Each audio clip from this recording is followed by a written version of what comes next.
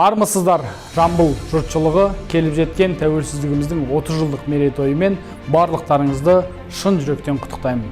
30 жыл біреу үшін көп, біреу үшін аз. Біз үшін бұл үлкен тарих. 30 жылдығымыз жеңіске толы жыл болды. Бұл жылдар арасында біз әлемнің әрбір еліне Қазақстан деген жерді, Қазақстан деген елді, қазақтар деген ұлы ұлт екендігін көрсете білдік. 30 жылдың ішінде бүкіл әлем танитын мемлекетке айналдық. Бұл еліміздің, ата-бабамыздың аңсаған арманына жеткізген уақытымыз деп білем.